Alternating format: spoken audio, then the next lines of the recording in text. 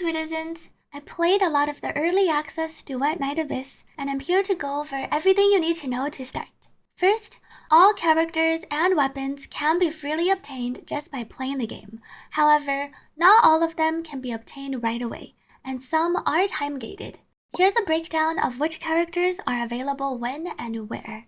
For efficient farming, make sure to check out my other guide for the time-saving strats. Of course, for those who can't wait, there's always the option to sweet swipe. Also, there is a limited and permanent banner on release, but these only feature cosmetic items. This limited banner has a max pity of 90, and you're guaranteed the featured cosmetic or better. I do want to emphasize though, and this is important, the pity in the limited banner does not carry over to future limited banners. So even though we get free pulls, make sure to save them if you don't like the current featured skin. If you're free to play, the only way you can get limited pulls are via events and the shop cashback purchases.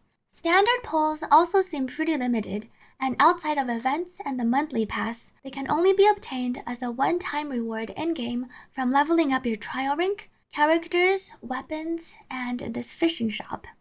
In terms of combat, in Duet Night Abyss, you only control one character at a time, but you can summon 2 more AI-controlled combat partners.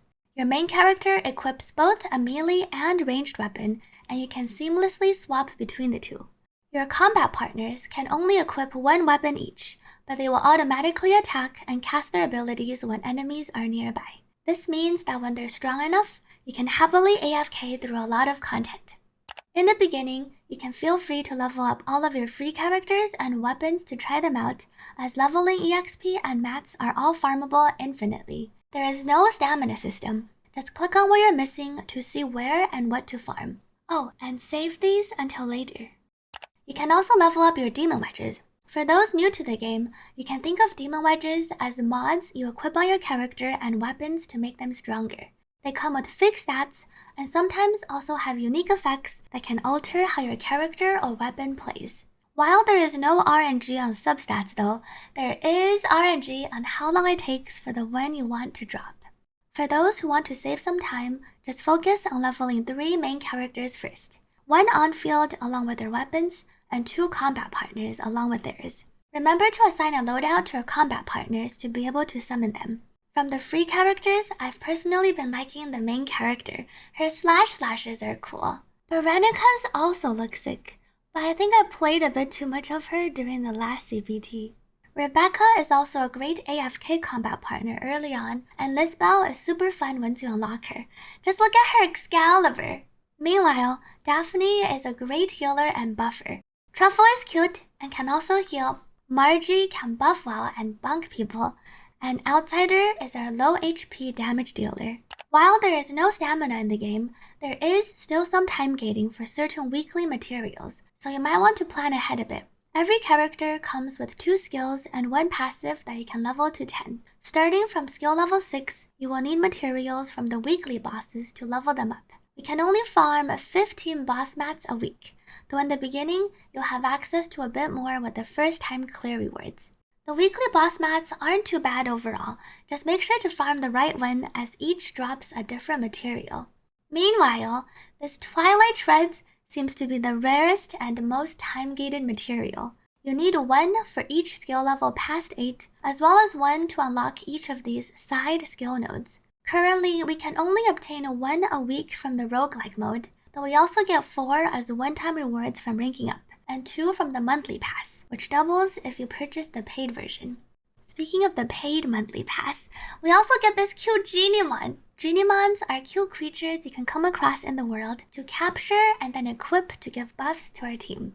Difficulty-wise, the early to mid-game should be fairly easy. However, there will be a very noticeable difficulty jump late game. The level 80 weekly boss, for instance, feels significantly harder than the level 70 weekly boss. The current endgame also reflects this trend.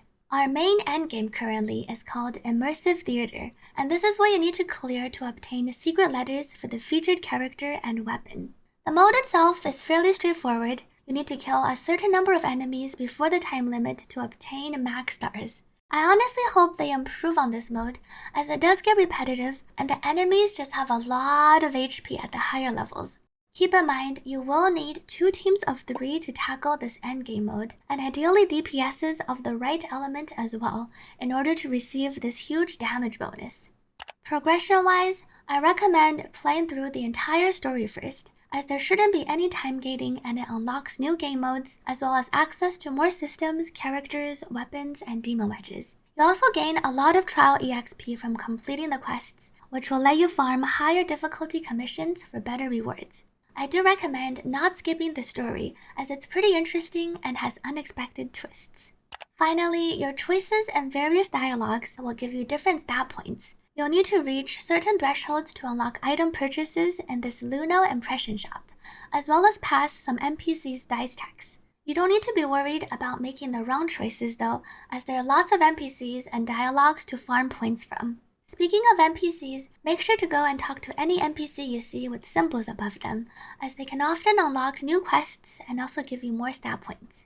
For any dice checks, you can craft these rerolls to help out, and remember you can also come back later too, when you have higher points to attempt any difficult checks. Also, I don't have friends, so I couldn't try out co-op, but we can all try when the game launches.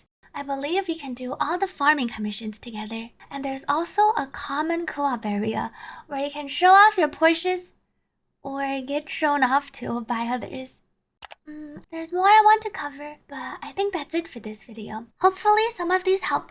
Thank you for watching, and remember to like and subscribe to help the channel. Leave a comment or drop by Twitch if you have any questions, or if you just want to hang out while you grind. Have fun in the game, and I'll see you on stream or in my next video.